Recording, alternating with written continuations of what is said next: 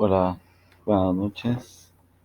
Vamos a hacer un resumen después de lo que se ve en la materia de cálculo de diferencial.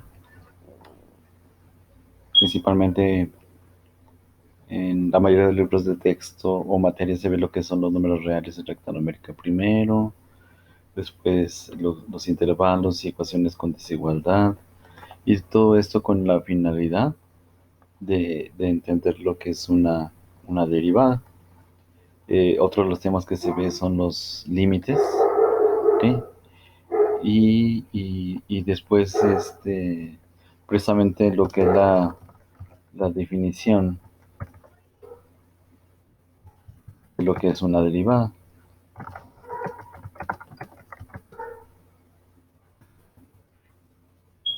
Que resumiendo, una derivada es la razón de cambio entre dos variables.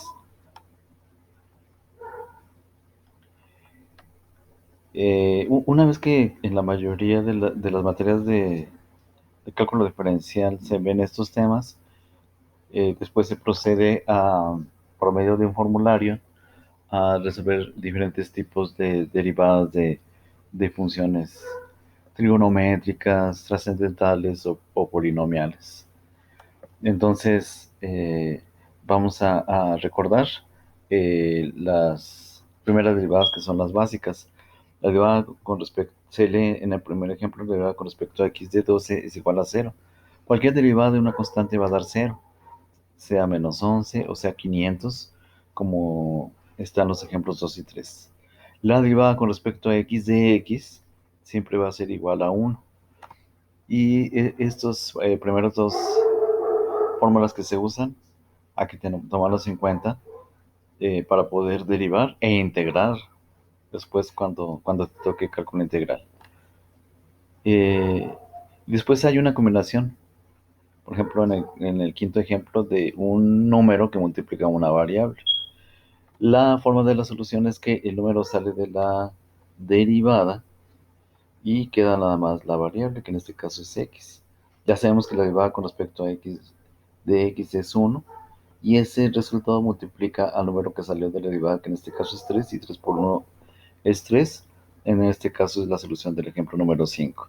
Lo podríamos simplificar más.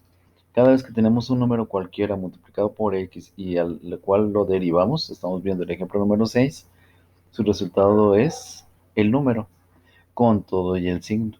En este caso, este signo menos multiplica el 8 y el resultado es menos 8. Eh, por supuesto que una pregunta válida es para qué nos sirven las derivadas. Entonces aquí lo explico muy brevemente. Cuando nosotros derivamos una función aplicado sobre todo a la ingeniería, a la física, a la química, llegamos a una expresión algebraica, más o menos como esto de aquí, en donde nuevamente tenemos dos variables que se están relacionados. En este caso, por ejemplo, yo puse tiempo y distancia. Y entonces nosotros podríamos encontrar la distancia, que es un ejemplo nada más, que recorre eh, un corredor, un caballo, después de cierto tiempo. O al revés, qué distancia recorre, por ejemplo, en 5 segundos. Entonces, esa es la razón de las derivadas, encontrar una ecuación que permita modelar un fenómeno natural o hecho por el hombre, para ver su comportamiento con respecto a dos variables. Y hay diferentes ejemplos de estos en la ingeniería mecatrónica, en la industrial, en la electrónica, etcétera, etcétera. Vamos con el ejemplo número 8. La derivada con respecto a x de 6x cúbica. Este 3 pasa multiplicando el 6, es 18. Y 3 menos 1 es 2. Este es el resultado de la derivada, 18x cuadrada. Ahora, por ejemplo, aquí tú me preguntaste que si podríamos hacer una derivada de una derivada. La respuesta es sí. La respuesta es sí. En este caso, Si derivamos una segunda vez, en este caso, el 6x cúbica, entonces derivamos su resultado que es 18x cuadrada. Este 2 pasa multiplicando el 18 y es 36x. Este 36x es la solución de la segunda derivada con respecto a x de 6x cúbica. ¿Okay? Podemos derivar funciones trigonométricas. En este caso la u vale 2x. Y si nosotros seguimos al pie de la letra, la fórmula dice que escribamos el coseno de u, el coseno de 2x, por la derivada de u, la derivada con respecto a x de 2x. La derivada con respecto a x de 2x es 2, que multiplica al coseno de 2x, es el resultado de nuestro ejemplo número 9. En nuestro ejemplo número 10, el coseno de 3x, la fórmula dice que escribamos el menos el seno, aquí ya lo escribimos, menos el seno de u, pero u vale 3x. U siempre va a ser, tanto en las derivadas como en las integrales, el argumento de las funciones, en este caso es 3x. Y por la derivada de u, la derivada con respecto a x de 3x. Y la derivada con respecto a x de 3x es 3. Primero se escribe el signo menos, después el número 3 y luego la función. Seno de 3x es el resultado de nuestro ejemplo número 10. En el ejemplo número 11 está otra derivada básica que es la derivada con respecto a x de e a la x. Y es e a la x por la derivada de u. Entonces, la derivada con respecto a x de x es 1 por e a la x, es e a la x, es el resultado de nuestro ejemplo número 11. Aquí lo importante es que tú sigas las instrucciones que vienen en los formularios de las derivadas. Ejemplo número 12, la derivada con respecto a x del logaritmo natural de x. Entonces aquí dice la fórmula que es 1 sobre u, pero u vale x, por la derivada de u. La derivada con respecto a x de x es 1, por 1 sobre x es 1 sobre x, la solución del ejemplo número 12.